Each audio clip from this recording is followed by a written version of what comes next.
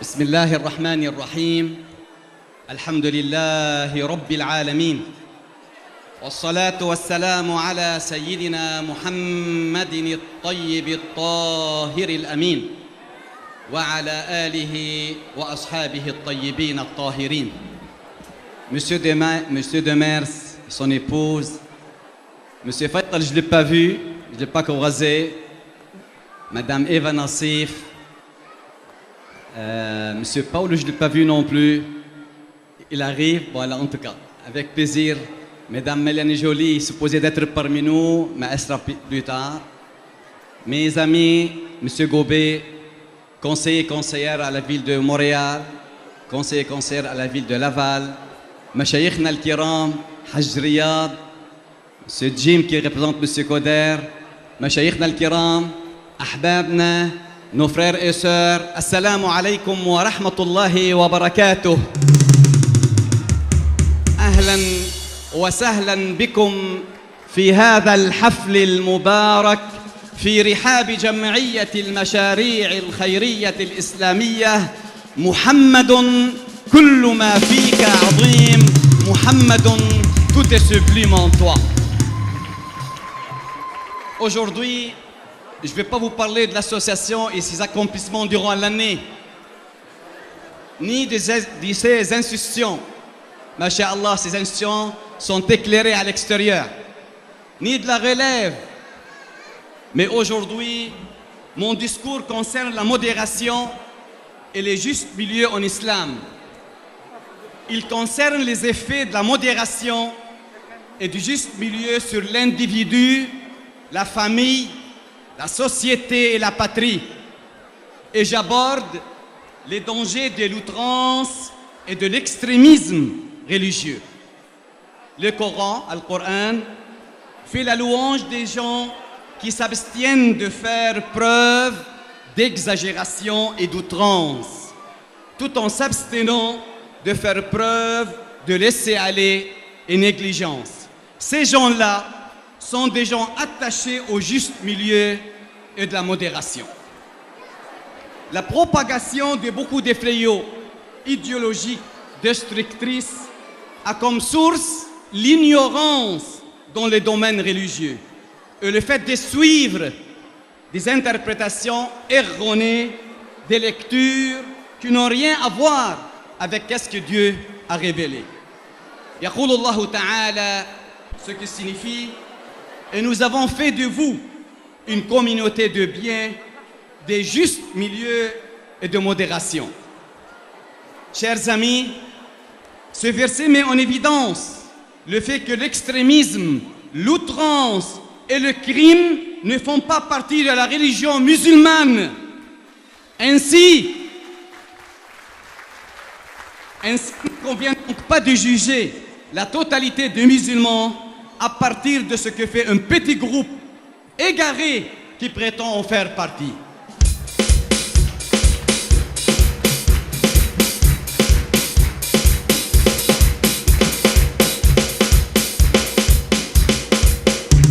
Amis, notre souci continuel de vivre ensemble et dans l'intérêt de notre collectivité, nous dénonçons haut et fort les actes de violence qui sont commis à travers le monde de la part de ces gens corrompus et égarés.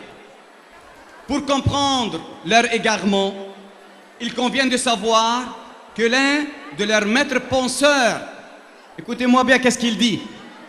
A déclaré: celui qui répond à notre appel aura le même droit et le même devoir que nous.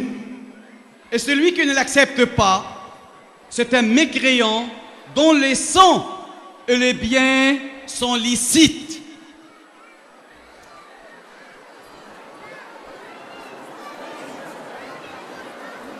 C'est avec de tels propos qu'ils ont considéré licite les sangs et le bien des dirigeants, des innocents, des imams, des journalistes, des médecins, des jeunes, des femmes, des personnes âgées, des enfants. Ils ont considéré licite le meurtre de tous ceux qui ne considèrent pas de leurs idées.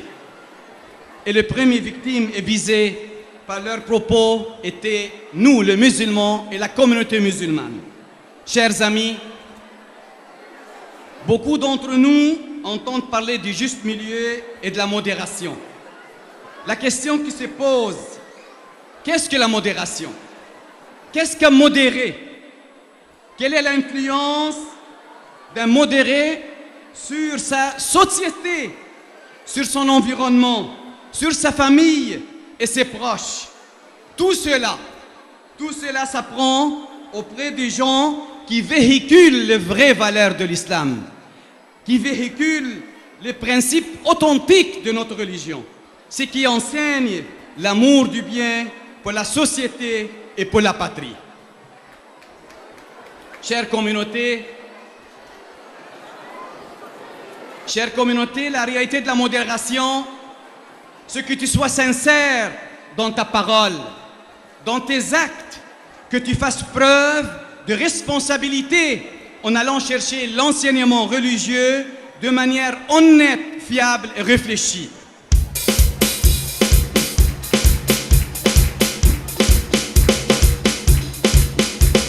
Et surtout que tu sois engagé dans le projet du vivre ensemble. Chers amis, l'islam est une religion du juste milieu et de la modération. Il n'y a pas de place en islam pour l'outrance et l'extrémisme. Nous devons réfléchir aux conséquences de ce qui se passe et promouvoir le dialogue qui préserve la sécurité de notre société. Nous devons éviter les dangers des amalgames, œuvrer ensemble à les éteindre et à les détruire. Aujourd'hui, il y a une urgence plus que jamais pour unir nos efforts et ouvrir les ponts de communication. Chers amis, chère communauté, nous appelons également à plus de prise de conscience de la part des dirigeants politiques, des citoyens, des familles, des jeunes gens. Cette prise de conscience est requise dans les différents domaines et à tous les niveaux. Nous appelons aussi l'ensemble des membres de la population à la solidarité, quelles que soient leurs différences, leur rôle et à la mesure de leur influence et de leur capacité pour lutter ensemble contre cette idéologie destructrice intégriste.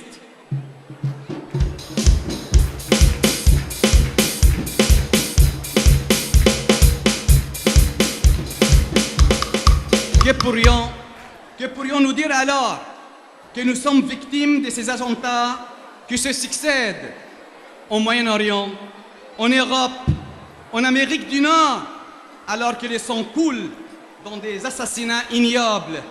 Nous vous disons que la simple réprobation ne ramène pas la stabilité. Et la simple condamnation ne protège pas ceux qui survivent à l'injustice. Mais, mesdames et messieurs, nous avons encore plus besoin d'une véritable prise de conscience et de rappel que la haine ne nous offrira pas plus de sécurité.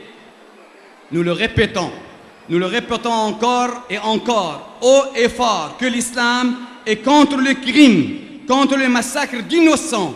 Notre foi s'oppose à l'injustice. Notre prophète Mohammed sallallahu alayhi wa sallam nous a enseigné la compassion, l'amour, la modestie, la simplicité et comment vivre en harmonie.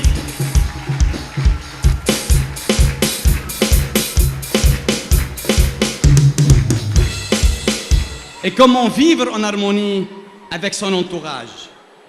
Finalement, je souligne la solidarité de notre Premier ministre, Justin Trudeau, ainsi que notre ministre, Madame Joly, et notre Premier ministre du Québec, Philippe Couillard, envers les réfugiés syriens qui vivent une tragédie sans précédent. J'aimerais encore remercier l'équipe de travail en général, qui a travaillé fort depuis quelques mois pour cette belle cérémonie sera avec vous aujourd'hui. Je vous remercie tous et toutes. Assalamu alaikum wa rahmatullahi wa barakatuh.